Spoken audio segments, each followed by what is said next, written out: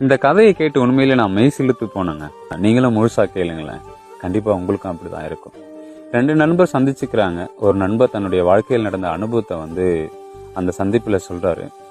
நானும் என் பொண்டாட்டியும் காதலிச்சு தான் கல்யாணம் பண்ணிக்கிட்டோம். அதுக்கப்புறம் என்னவோ தெரியல, 2 பேருக்குள்ளயும் அடிக்கடிக்கு சண்டை வர ஆரம்பிச்சது. இதுக்கப்புறம் நான் அவங்க கூட வாழ மாட்டேன்னு சொல்லி என் ஒய்ஃப் என்ன பண்ணிட்டா, அவங்க அம்மா வீட்டுக்கு போயிட்டா. அவங்க அம்மா வீட்டுக்கு போயிட்டு ஒரு 10-12 நாள் கழிச்சு வீட்டுக்கு வந்தா. வீட்டுக்கு வந்தவ பீரோவை அங்கங்க ஏதோ ஆராய்ஞ்சிட்டு இருந்தா. நான் எப்படி இருக்க அப்படின்னு சொல்லி கேட்டேன். அவ அப்படின்ற பதில் மட்டும் தான் கொடுத்தா.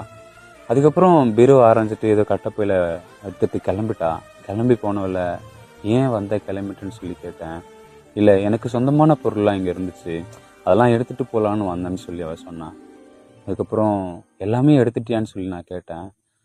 எடுத்துட்டேன்னு சொன்னா. உனக்கு சொந்தமான பொருள் எல்லாமே எடுத்துட்டேன்னு சொல்லிட்டு என்னையை மட்டும் விட்டு போறேன்னு சொல்லி சொன்னேன். அப்படியே அவ திரும்பி பார்த்தா. எங்களுடைய 4 கண்களும் சந்திச்சுக்கிச்சு. 4 கண்களுக்குள்ளேயும் கண்ணீர் அப்படியே மிதக்குச்சு.